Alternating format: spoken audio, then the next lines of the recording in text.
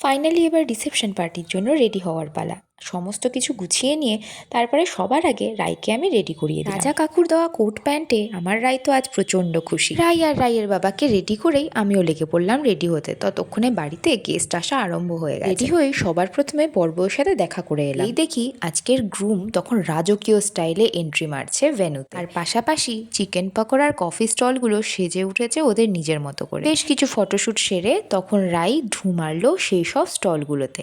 নজর যদিও ওই চিকেন পাকোড়ার দিকেই বেশি। কনে যাত্রী তখনও আসেনি। সেই সুযোগে বরবউকে ফাঁকা পেয়ে আমরা ওদের সঙ্গে বিভিন্নভাবে ফটোশ্যুট করার সুযোগ পেয়ে গেলাম। আর মাঝে মধ্যেই হানা দিলাম স্টলের দিকে। আর আমাদের রাই তো তখন প্রত্যেকের চিকেন পাকোড়ার প্লেটে হানা দিচ্ছে। দেখতে দেখতে রাইয়ের খাবার সময়ও হয়ে গেল। ততক্ষণে আমাদের গেস্টরা রওনা দিয়েছে তাদের বাড়ির দিকে। তাদেরকে টাটা জানাতে জানাতে রাইয়েরও ডিনার সারা হয়ে গেল। ততক্ষণে কন্যা যাত্রীও এসে গেছে। ওদের সাথে আলাপ পরিচয় সেরেই আমরা ডিনার করতে বসলাম।